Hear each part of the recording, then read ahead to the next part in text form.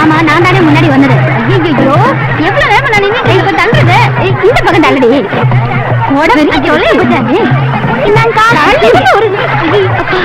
இந்த மாதிரி தண்ணி குடிக்க என்னால முடியாது. இதுக்கு பாட்டி தான் பெஸ்ட். வச்சுட்டு வாங்க. பாட்டி அது கூட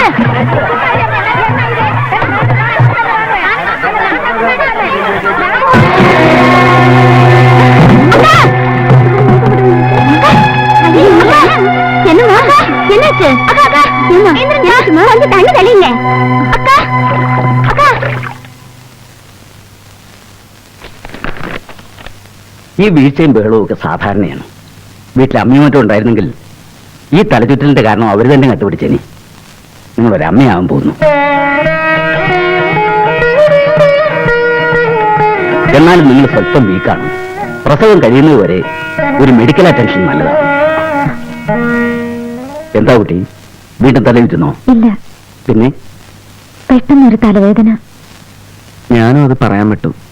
ഇവൾക്ക് ഇങ്ങനെ ഒരു തലവേദന ഇടയ്ക്കിടയ്ക്ക് വരാറുണ്ട്. വന്നു കഴിഞ്ഞാൽ ആകെ പ്രശ്ന, ദേഷ്യവും ബഹളവും.